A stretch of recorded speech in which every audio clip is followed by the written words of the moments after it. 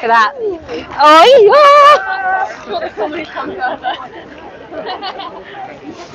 yeah. Okay.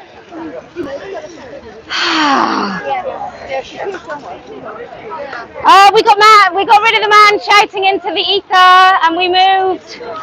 We could have probably spent the next 25 minutes trying to ask him to be quiet, but he wouldn't have moved and he wouldn't have gone. So, good morning. Welcome to your Sunday sermon. A little bit of truth in Speaker's Corner. Happy to say, aside from that chat there doesn't seem to be too many people talking about God. I think that that argument is over, apparently, for Speaker's Corner.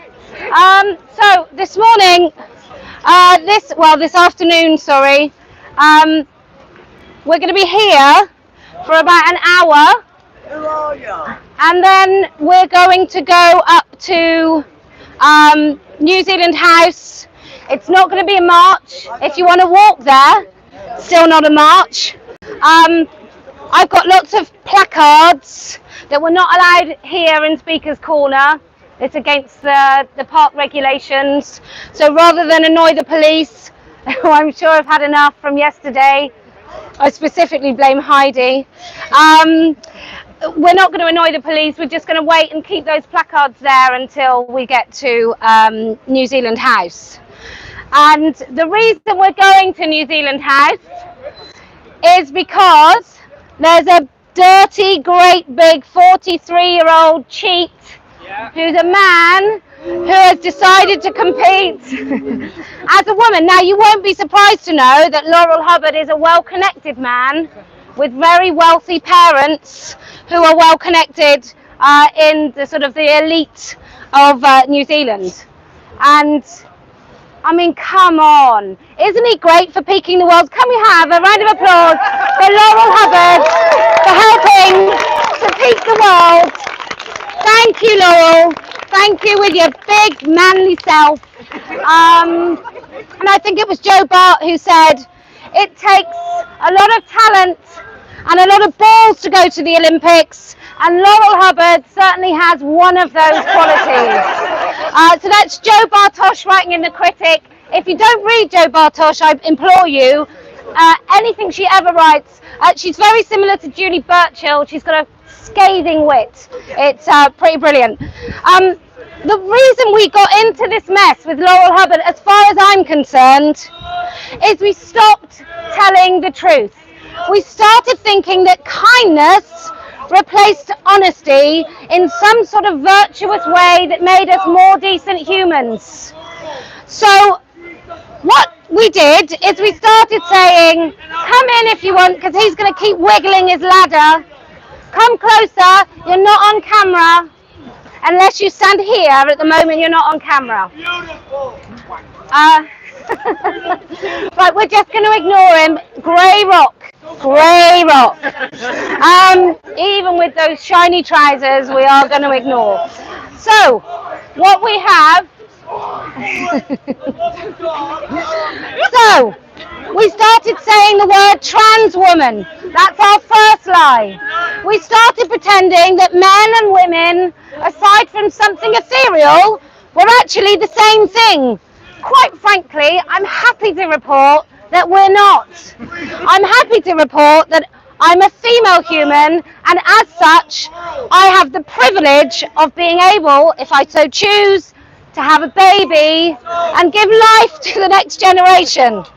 I'm happy to report, socialisation or not, women are not as violent. Women are also not as strong. We're not as tall. Some of us really exemplify that. And we are just different. And so when we started saying trans woman, when we started saying she as some sort of mad courtesy, we gave way to lies in the way of truth and reality, and we pretended that was somehow kind.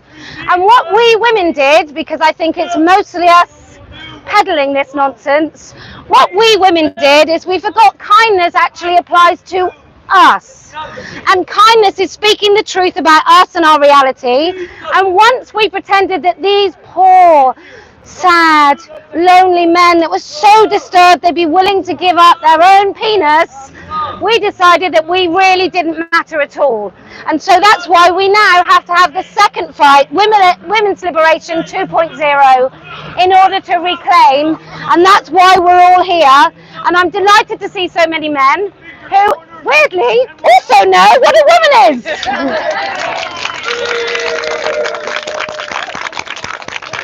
Right, but I don't call men allies, this is your fight as well, but I'm very happy that Standing for Women, in a very unapologetic way, centres women in our campaigning. We centre women's language, and we really aren't going to shut up. And now we have, you may have seen her, she's gone viral. Are you ready? Can you introduce yourself? I'm going to pin it on here. Is that all right? Can you tell everyone your name? Your name and where you come from? Hello everyone, I'm Adam from London. I'm quite nervous and a bit hungover, so I'm just going to do this quickly and then I'm going to bounce. Okay, I'm going to read my poem. It's called You Ain't Me. Who told you could redefine the line? Who told you could redefine the line between your sex and mine? Who told you I had to play nice as you got in my face and told me I had no place? I'm from the streets, we don't play nice. We tell you to your face when you ain't right. I ain't got time for this beef about biology. I got worried about me and my family and how we're gonna eat. Bruv, you ain't like me. You come from a world above. But don't get me wrong, I will show you love if you know your place. And your place is far, far from my single-sex space. You say you're a woman because your feelings say so. Well, guess what, bruv? Your cock and balls, they show. Every time we say no and you rage and complain and try and switch up the game to make us feel shame. Well, that won't work with me because I don't give a shit about some man's fuckery. Come, let's go. I won't let this go. We'll go toe to toe. Well, we'll take it to the streets with my sisters and me, and you will see how strong we can be in this face of tyranny that says a man is like we. You think I'm afraid of you? You must be mad. You don't know the kind of life I've had growing up as a girl, trying to dodge the hand of a dirty man as he reaches for me. Flip forward 20 years now, what do I see? The same dirty man saying he's the same as me? No fucking way, I will not let that stand. I am a woman and you are a scam, and I don't give a fuck if I come across rude. Now let me list the things I won't do. I will not be silenced by your male pattern violence. I will not give up my rights just so I appear nice. I will not call a man she. I definitely will not be taking that knee. Now let me go before I get too deep and start cracking jokes about your size 14 feet and your big old hands and that hair on the cheek that says you're a man. Oh, did I hurt the feelings by telling the truth? Well, guess what, bruv? From this position, I will not move. But I will.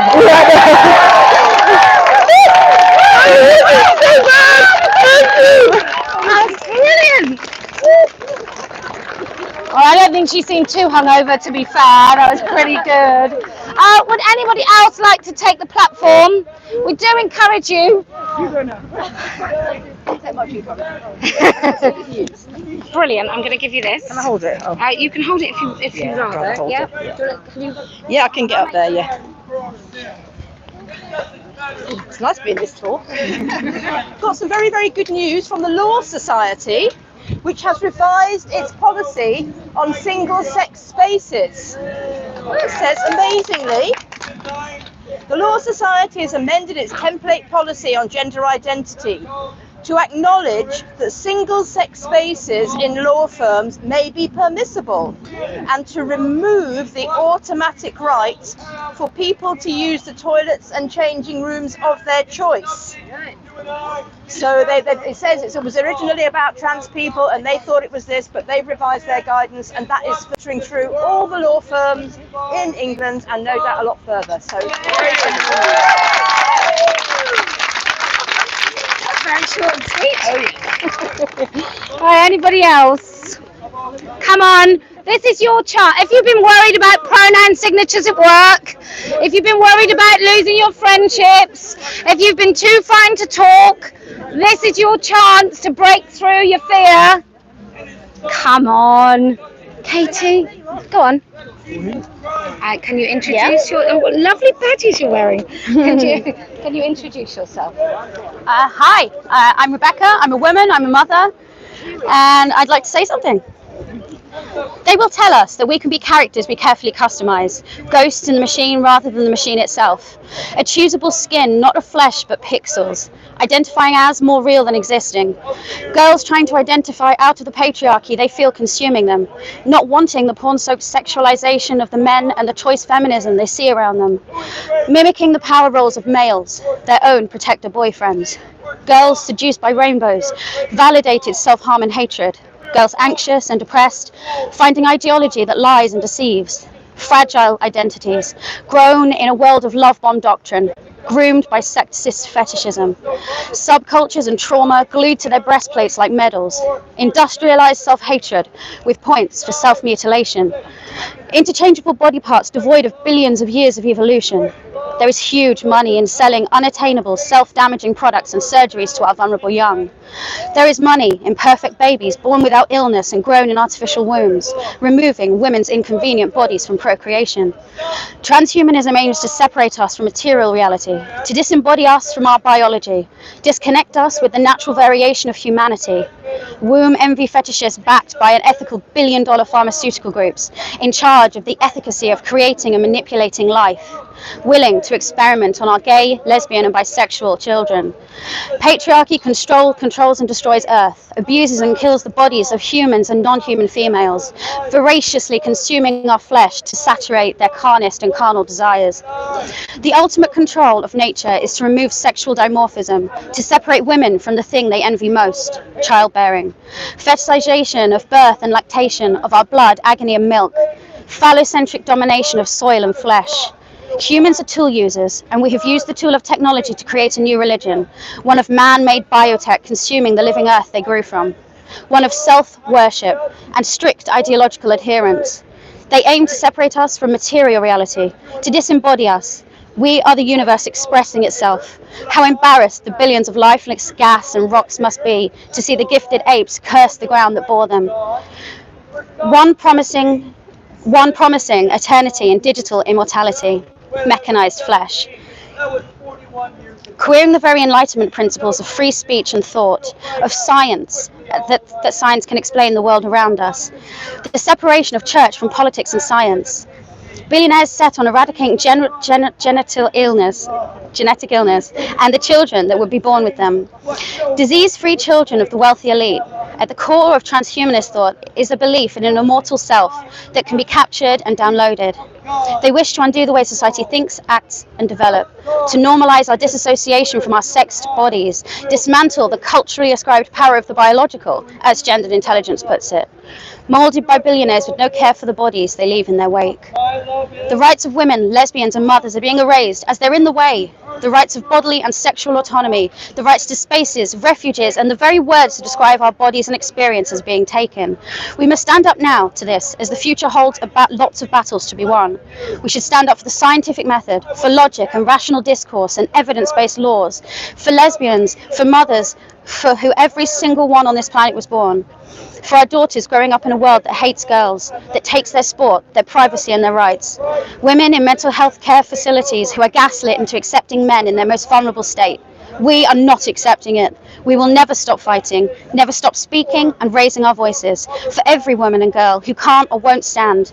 We are the star stuff, intrinsically linked to the natural world around us. Are we ready to be strong? Yeah. Thanks. Yeah, thank you so much. Couple of things. I've got a very loud voice, but if you haven't been able to hear some of the speeches, and I would implore you to listen back, it is live streamed on YouTube and it will be available. I spent one day this week sat with a very courageous woman, and Kira Bell is here.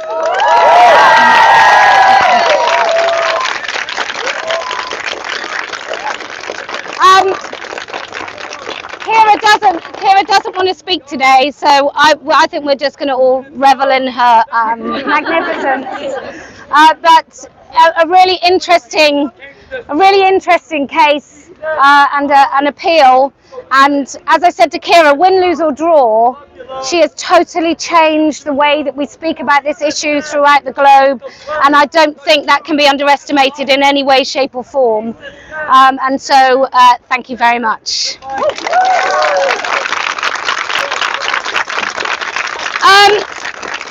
Right now we've got numerous things going up and down the country in the law courts, whether it's Sonia Appleby, whether it's Alison Bailey, Marion Miller. These are all really important cases. If you can lend your support by retweeting, sharing, a really good way to talk to people who you've been frightened to talk about this issue to, because you think maybe, just maybe, they are going to totally never speak to you again, or you might lose favour in your work.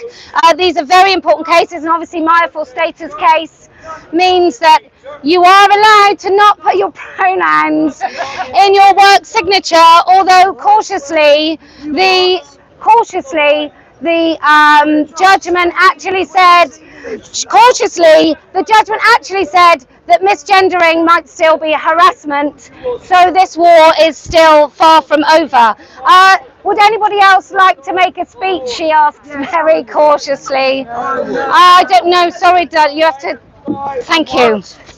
We've got somebody else, just a moment. Okay then. All right. Can you stand back a little bit? Stand back? Yeah, because of the camera. Whose camera is it? Mine. I don't want to be photographed. Okay, then go and stand over there.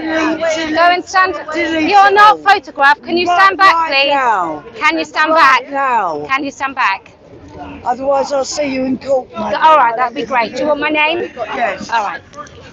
If you just go over there, I'll come and talk to you. No, I don't want to go home. Oh, okay. Don't. Someone else wants to do it. Hello everyone, this is probably going to be more cathartic for me than anything, but I'm here today on my own. I'm a rape survivor, and none of my friends understand why I might want to use a single-sex toilet, changing room. I'm so excited to be here and meet so many of you. This honestly means so much to me. Finding this community, women who understand. Surprisingly, I actually find a lot of my guy friends want to listen more than my female friends. I've had numerous arguments where I've left in floods of tears because I just can't understand why even if you haven't experienced something that I might have, might want to go to the fucking toilet on your own without the possibility of a man being there. So I just want to say thank you, all of you, for fighting for this. You know, if this movement didn't exist, I'd probably be dead. So thank you very much.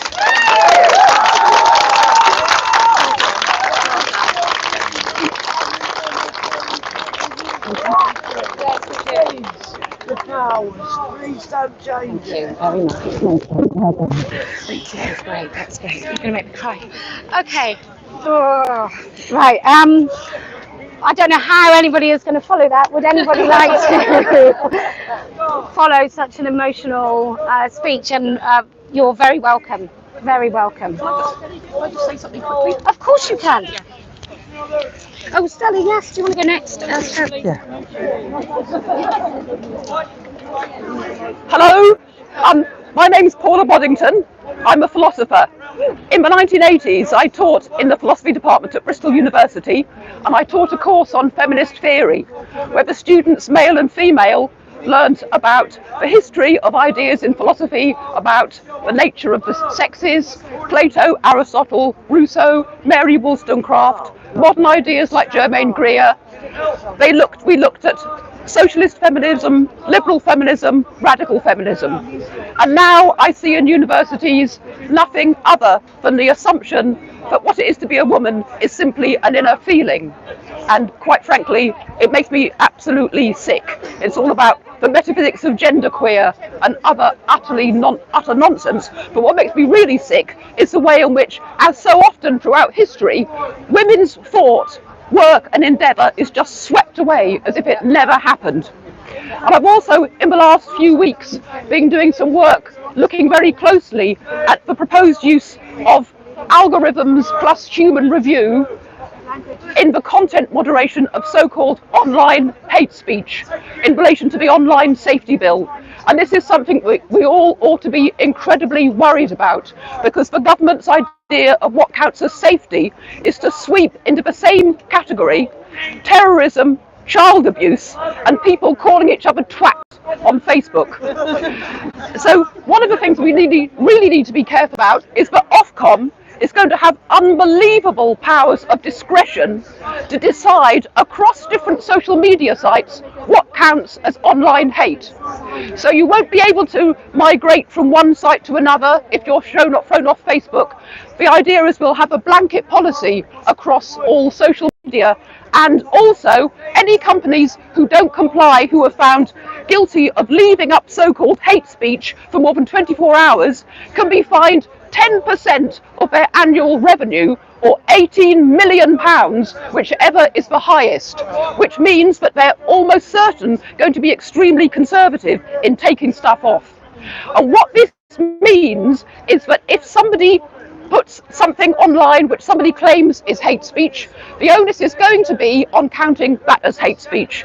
So the onus is going to be on making claims around identity. This is going to be a complete and utter disaster for shutting down debate about these critical issues, because the whole term of the debate includes questions about what counts as identity, questions about, therefore, what counts as hate speech under these massive powers that Ofcom is going to have.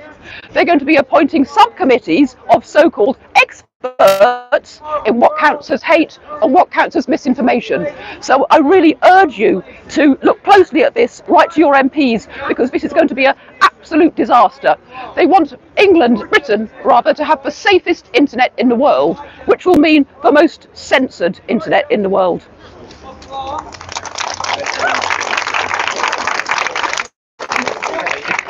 Thank you. Phoebe? Very exciting. What this has brought out, this whole movement, is a lot of younger women now re-engaging. I've just got to wait 1 second, I'll just fill the air with some chat. But young women re-engaging and finding their own brand new networks. And this is one woman, this is Phoebe. Sorry, can I turn this on you? Yeah, sure. Right. Thank you very much, Phoebe. Hi, so I'm Phoebe. I'm at Cambridge University and I'm the president of the Cambridge Radical Feminist Network. Recently we held a... Thanks. Recently we held a replatforming series, which was the first of its kind in the UK and probably the world, where we deplatform women that have been silenced, and hopefully it's going to be a yearly occurrence and we're going to do it every single year. So if you head over to our YouTube channel, you'll be able to see it there. Also, you might recognise me from my own YouTube channel, which I've been a bit AWOL from recently, but it's not the fun kind. If you check me out on there as well. I did prepare something which I wrote at about 3 AM in a very bad mood, which is it's basically a poem, which I'm an English student, I know that sounds a bit odd, but it's about growing up as a girl in this generation and how annoyed I am that people are trying to co-opt our struggles. Hopefully some of the younger women here will recognise my kind of experiences. So there we go. 11. I cry funeral tears as my body grows and becomes accustomed to the inspecting gaze of men 4 times my age.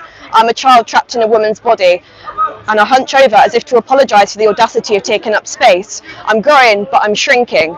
14. I'm used to the stares, the catcalls, the lingering backward glances, the shuffling nervousness of a tampon stuffed up my sleeve, the ceasing cries of dyke as I redden my cheeks and I blacken my eyes and remove the hair from my legs in order to draw it into my brows. I'm for consumption. 16. I live on Diet Coke and leaving the shower water running after dinner. I'm paper thin and I cut and fold and remodel myself like origami until I find the smallest shape I can. And I hope that by shrinking my body, I can escape the watchful eyes and groping hands and jeering mouths, but not likely. 18. I smile when I'm told and I straighten my hair just to curl it again. I pretend to enjoy the company of endless men and I pretend to enjoy the hands wrapped around my throat. unspeakingly longing for the intimacy of someone with a distinctly more female form, I shrink from myself. 20. I'm louder now, but not for myself. I scream from the rooftops about the supposed oppression of those who seek only to fetishize my very existence. I voluntarily rid myself of my language. I forbid myself from the words that describe my reality, and I scold the witches who try and warn me that the hands that pin me down were not those of a woman, but those of a man, not knowing that soon I will be a witch as well. Because after all, why should I be anything but placating and kind to those who convince me that they know just how it feels to grow up a girl and grow into a woman in a man's world? I convince myself that I am a subset of womanhood, and I shrink from reality. Now, 23, I'm learning how to raise my voice and take up space. I refuse to shy away from the reality of my body, my womanhood, from the embrace of other women, from my language and from my thoughts. I am what I used to convince myself I despise. I am aggressive, difficult, a bitch, a turf, a dyke, and I refuse to be redefined. I am assertive, I speak my mind, I will unapologetically take up space. I am a woman, not a hormone level, not a feeling, not an identity, not a costume. I'm a woman, and from that understanding I will not shrink.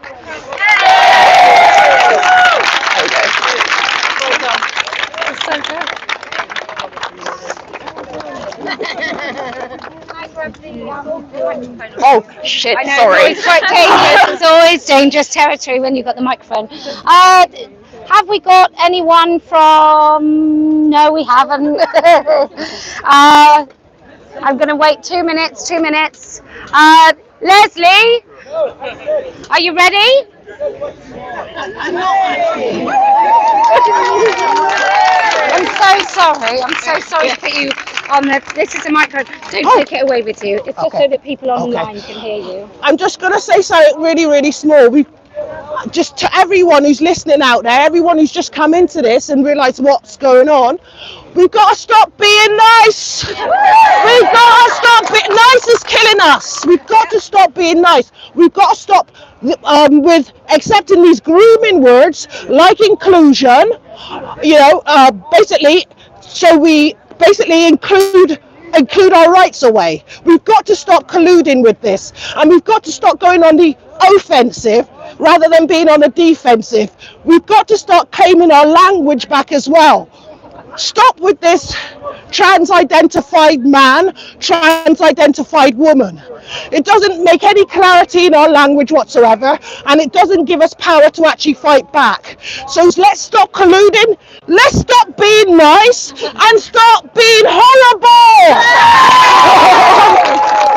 Well done, thank you so much, thank you. Oh, sorry, Leslie. Are you ready yet? No.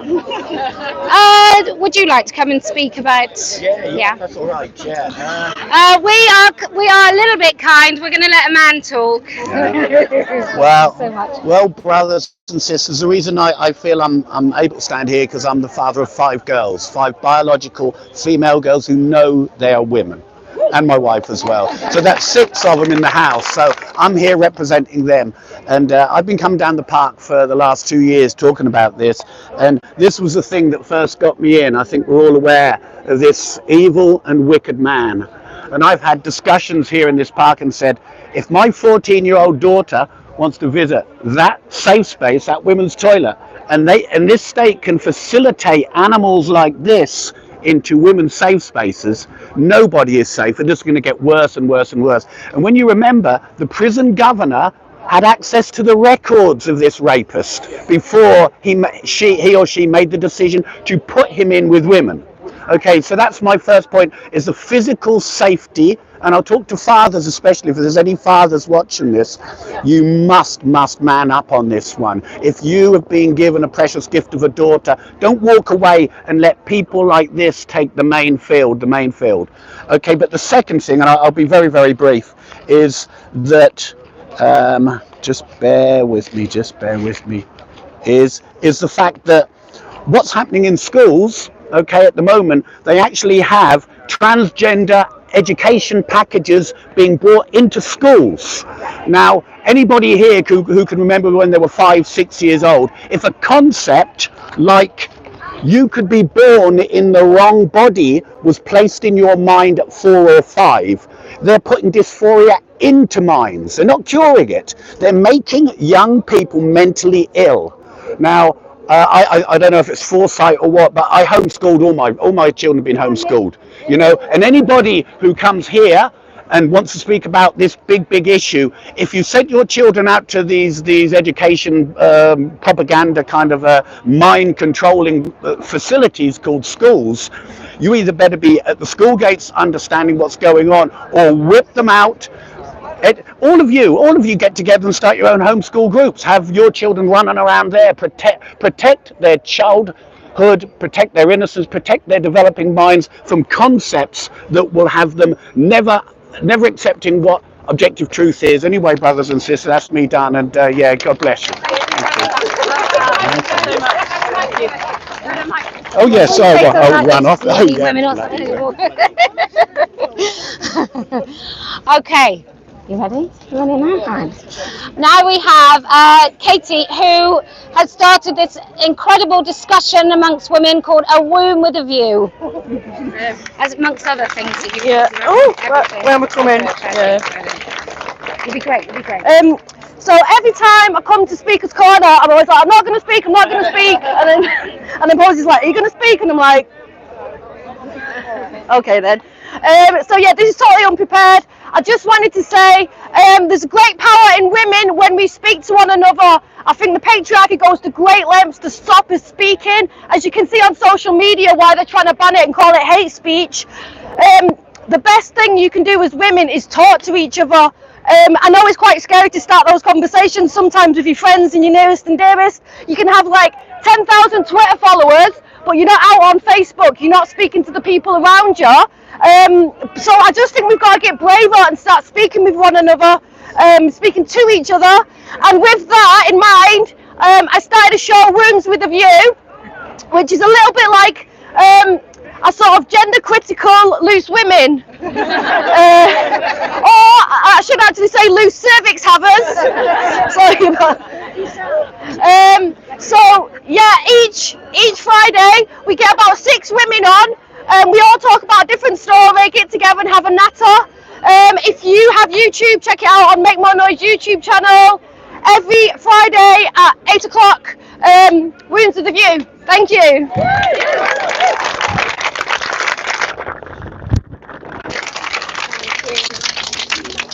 Just giving everyone a bit of a view at home, so. Okay. Anybody else? Anybody else I can pressurize? Oh, really? You're so shy. Are you sure? Is that okay? I don't know if any of you have heard of this man. He's a bit shy and retiring. So you might need to lean in because he's very quietly spoken. Where do I put it? Just up here so we can hear. Well, I'm sure we will. Can we have a hug? Hello. How are you? Hi. I'm gonna God, it's always weird. I feel some philosophical beliefs coming up that need to be expressed. So first I just want to say a massive big thank you to Maya for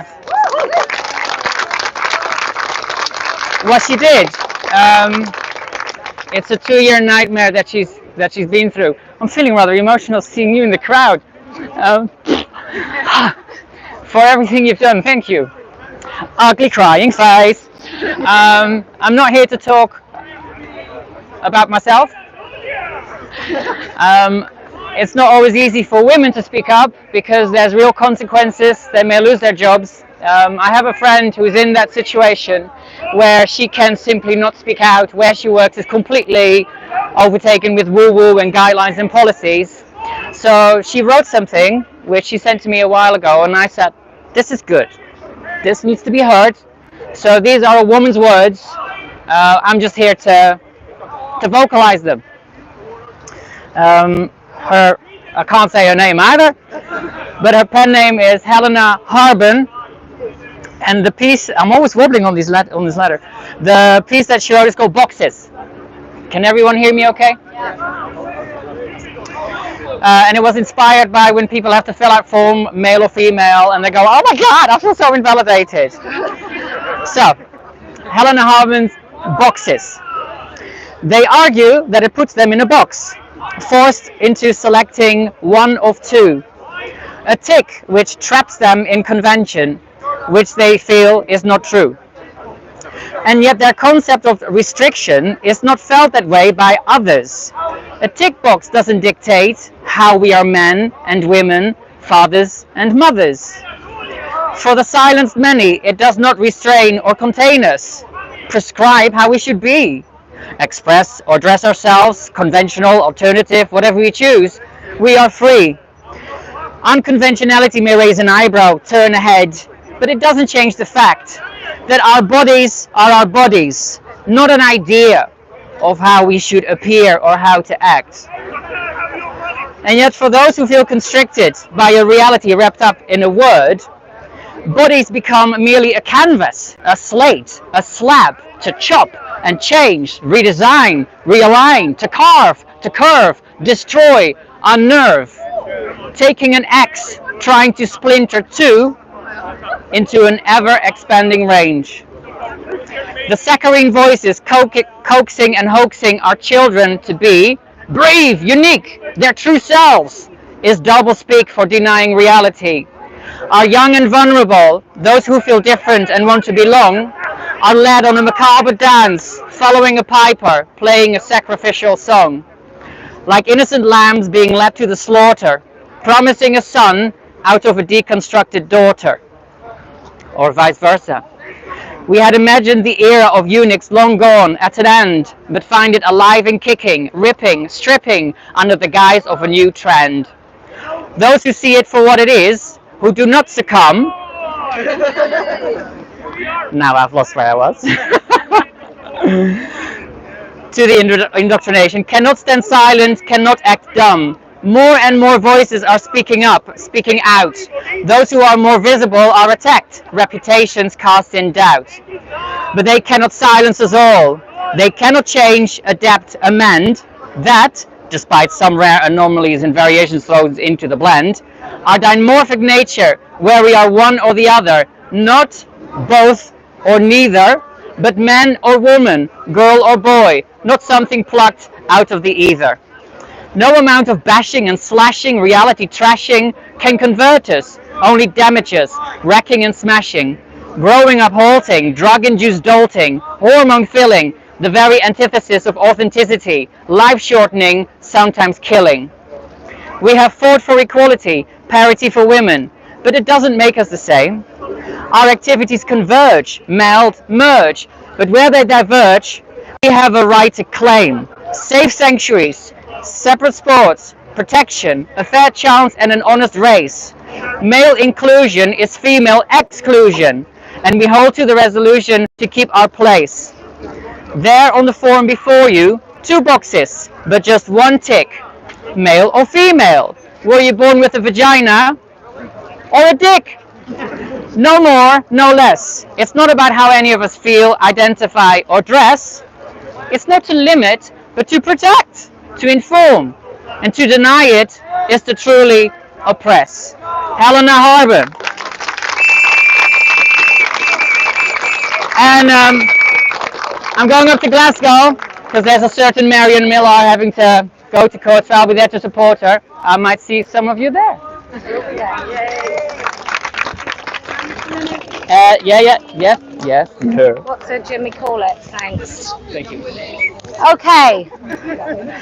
Anyone else? You absolutely can. Very short. Well, you can make it long if you want. I don't want to make it. Great. Can you introduce yourself and where you Yeah. and where you're from? Yeah, okay. Hello, can you hear me? Can you? I'm Elaine Hutton. I live in Bristol, but the Lesbian Rights Alliance is our thing. And what I'm speaking about very, very briefly, have you heard the phrase, not dead yet? Do you know what it refers to? Some of you do. Have you heard of Spinifex Press? Lesbian feminist publishing house. They're publishing a book on the 5th of July. It's already printed. Some of us haven't got our copies yet. They're based in Australia. 55 contributors. The requirement was you had to be over 70 to write. for the book, so does not dead yet now makes sense. Women in the book have been invited to contribute, to talk about the women's movement, how they got involved and what they did from the 70s and 80s. I'm 75, some of the contributors are in their 80s, and what else to say? What's great about this book, it's a collective effort from a very large number of women from all over the world. So do watch out for it, it'll be really great. It's being published on July the 5th and we'll be posting about it on Facebook. Okay, that's all I wanted to say. Thank you very much. And Lynn wants to talk. She's right behind you. Oh, right. Raring to go. Yeah. Let me just remind you, if you cannot hear some of the speeches, they are on YouTube on my channel.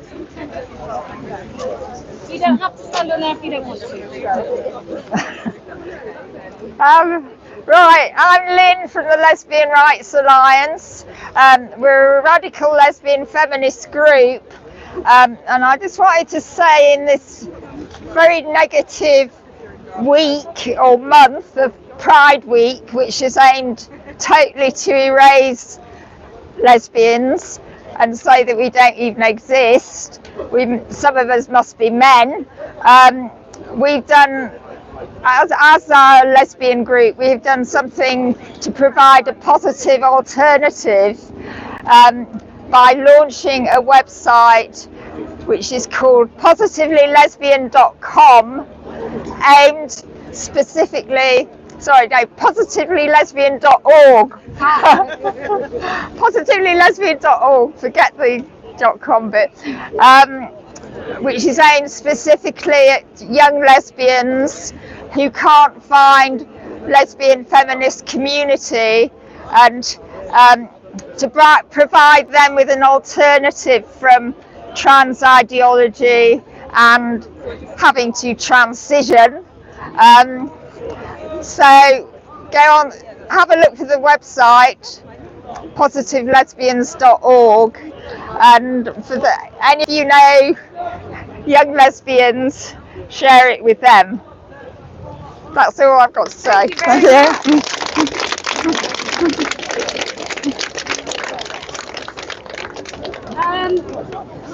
Thank you. Yes, absolutely. Let me just remind you, at 2 o'clock, this is what we're doing. We're going to be outside New Zealand House. This is weird because at the Trans Pride March there was #KillTurfs and J.K. Rowling's Rotten Hell. It's a very different tone, I feel, to the male violence you see directed at so-called TERFs, or as we call them, women. Now I've got somebody else I'm pleased to say besides myself. Can you introduce yourself? I will, yeah. Let me know. Is that all right? Hi. I'm quite tall, but I make myself even taller. Hi, my name's Sian Griffiths. I haven't prepared anything, but I've spent my whole life hating men telling me what to do. And I now live in Prestatyn. I'm an ex-Londoner. That's in North Wales. And I work for the London Fire Brigade. I started in 1985. I was one of the very first women. And I worked as a firefighter, but I also defended women's rights at that time because basically they didn't want us there.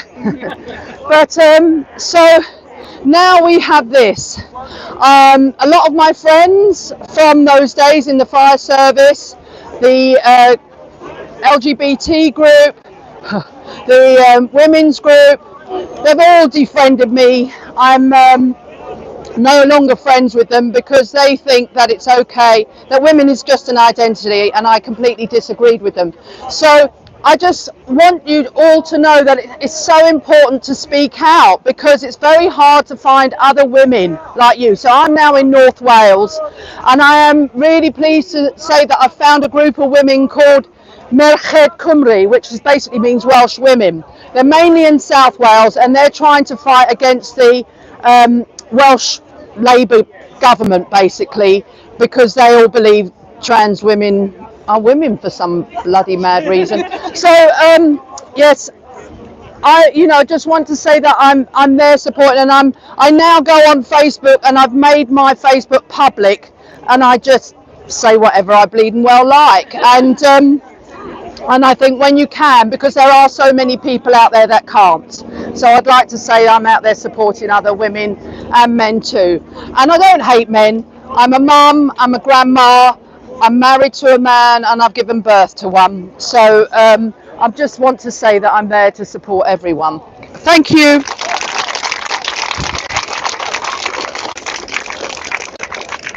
Really quick, am I the last? I might be the last. Okay. Hello, everybody. Hiya? Oh, okay. Right, shameless publicity today. I've got merchandise from 3 different people on me. So Kellie-Jay's, obviously.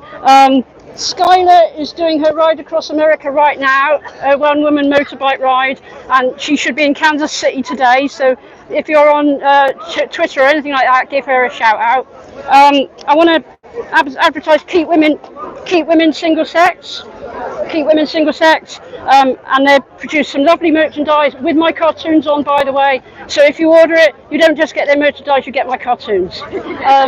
And I just want to, because I didn't know Kira was going to be here. Kira, can you come here? Kira, I want to give you a signed copy of my book. All right. If you don't, actually, I don't need to take it out the bag. I'll just give it to you in that bag. Sorry. There we go. Thanks so much, I appreciate it. All right. And what I want to do as well, which I did last time, is try and find out who's come the furthest to get here today. So hands up if you've come more than 50 miles. More than 50. Oh, there's a few. There's a few. Right. Anybody come more than 100 miles? 100 miles. Right. Where are you guys from? Oh, that doesn't count. I'm from bloody Bristol. Right. Anywhere else? You're from Derby. Right. Another copy of my book. All right. All right. So yeah. Well, New Zealand House. Next stop. Thank you very much. I don't know if you just heard that one of these young women came down from Derby today. I think what that says is that these conversations, thank you very much, these conversations are necessary, and women all over the place, whether they come on their own, or whether they come with friends, or whether they can't get here and don't know that anybody is talking about it, we all owe them our conversation and dialogue. I was reminded that in one of my videos, by a lady over there who doesn't want you on camera. In one of my videos, I talked about children transitioning, and I'm reminded that that is not what's happening. What we're actually doing is damaging children's healthy bodies. And so, if you watch any of my videos and you hear me say the word transition, you may remind me in whatever frank terminology, because it is really important that we stop using the language of these people that masks really what is going on, and it is the damage to children's bodies, the grooming of children both into this ideology and sexually in schools, by the grooming of children by erasing their boundaries, by introducing concepts, naked bodies, sexualized images on our television, on our media, even when you walk down the high street, and underwear shops, if you can call it that, like Ann Summers, have really provocative sexualized images of women, which quite frankly my children find very uncomfortable. Maybe not my teenage boys anymore, but certainly my younger children, I don't know about them, I haven't walked down the high street with them for a long time, but certainly my younger children, my daughter finds it uncomfortable and embarrassing, and we keep allowing these images to be thrust in front of their faces. My daughter in her own school, there was a lesson on hygiene, and what they were shown is a couple in bed, man topless, woman just a bra on, and the 11-year-old children were reminded to wash after sex. And it's just this casual introduction of these themes all over the place that basically everybody tells you if you object, you're a prude, you're anti-sex. But no, I'm just anti-sex for children. I'm quite happy with sex for adults. Very happy with sex for adults. But it's our kids, and we do this at our peril, because they will become the adults who therefore have no boundaries. They won't even recognise their own boundaries when they're told they should have them. I've always said this movement is about linking arms around people that have failed to protect their own boundaries. We become the boundary until they recognise their own and can defend themselves. And you coming on a Sunday, every now and again, when I grace this stepladder, is really important, and I thank you all very much for coming. Next stop, 2 o'clock, New Zealand House. It's about a 25-minute walk, I think. Not too expensive in an Uber. But we can't do marches because then you have to get permission. And I was stuck in traffic yesterday, and I wish maybe some of that permission hadn't been granted for every street that I wanted to drive down. But I'm still supporting the protest. So thank you very much, and I'll see you potentially at 2 o'clock at New Zealand House. This is where? Haymarket. Oh, shall I tell you the address? Does anyone know the address? Yes, please. I'll just shout it.